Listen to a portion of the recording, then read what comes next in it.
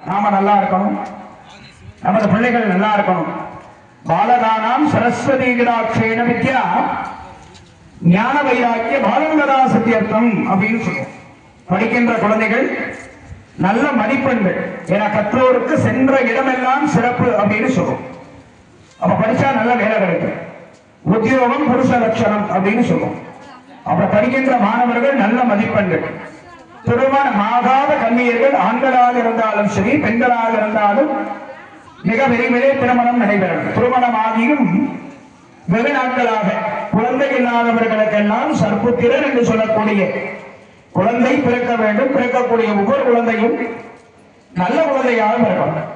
வாழ்விலே ஏற்படக்கூடிய நவக்கிரக தோஷங்கள் எல்லாம் அகன்று வாழ்விலே சிறப்பான பலனை பெறுவதற்கான அனுகிரகம் நாம் வணங்கக்கூடிய தெய்வம்.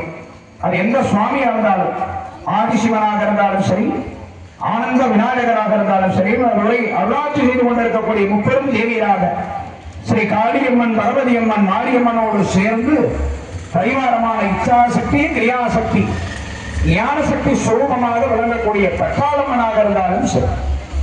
இந்த ஆலயத்தில் இன்னொரு தனிச்சிறப்பு அப்படின்னா நவகிரகங்கள். நம்ம ஏற்றிக் கொண்டிருக்கக்கூடியவர் யார் அப்படின்னா நவகிரகங்கள் தான்.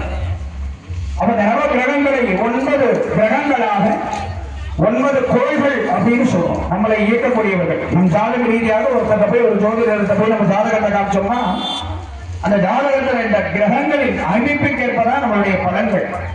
12 பாவங்கள் அப்படின்னு சொல்றோம். அப்ப சூரியன் தகப்பனுக்குரிய ஸ்தானம், ஆத்மகாரகன் அப்படின்னு சொல்றோம். சந்திரன் தாயாருக்குரிய ஸ்தானம், மனோகாரகன் அப்படின்னு சொல்றோம். அங்காரகன் என்று சொல்லக்கூடிய செவ்வாய் கிரகம் சகோதரன் சகோதரிக்குரிய ஸ்தானம், பூமிகாரகன் சொல்றோம். அப்புறம் புதன் தாய்மாமனுக்குரிய ஸ்தானம், ஞானகாரகன் கல்வி, தாய்மாமனுக்குரிய ஸ்தானமும் புதன். வியாழன் என்று சொல்லக்கூடிய குரு பகவான் சகஸ்பதியாக விளங்குகிறார். குரு பார்த்தால் கோடி நன்மை. குரு ஒரு ஜாதகத்தில் இருப்பதை விட பார்ப்பது விசேஷம். குருகடாட்சம் பரிபூரணம் அப்படின்னு சொல்றோம். இருளை அகற்றக்கூடியவர் தான் குரு.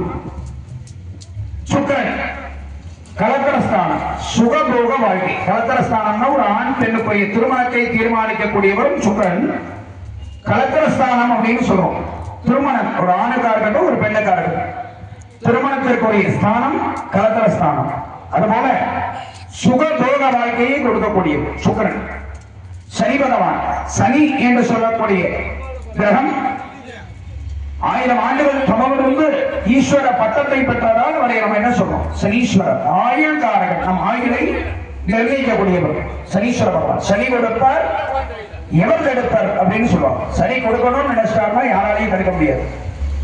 கொடுக்கக்கூடியதை தாமதமாக தான் கொடுப்பார். அது நல்லதா இருந்தாலும் சரி, கொடுப்பதனா இருந்தாலும் கொஞ்சம் நீண்டு மந்தமாக. அதனாலதான் அவரை மந்தகாரகன் அப்படின்னு சொல்லுவோம். ராகு கேது நிழல் கிரகம்.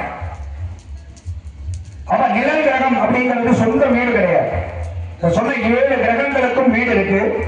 ராகு கேது என்று சொல்லக்கூடிய சாயா கிரகங்களுக்கும் வீடு கிடையாது. அப்ப அவர்களிடத்துல இருந்து அவருடைய வேலையை அவங்க செய்வாங்க. அப்ப அந்த ராகு அனுதினம் தினசரி 1.5 மணி நேரம் ராகு காலம் கேது யமகண்டமாக பிரித்து அன்றாடம் இருக்கக்கூடிய அந்த 7 நாட்களையும் அவங்க பிரிச்சுக்கிறாங்க, ராகு கேது. அப்படிப்பட்ட இந்த கிரகங்கள் ஆகப்பட்டது. ராகு கொடுத்து கெடுப்பார், கேது பகவான் கொடுக்காமலே கெடுப்பார்.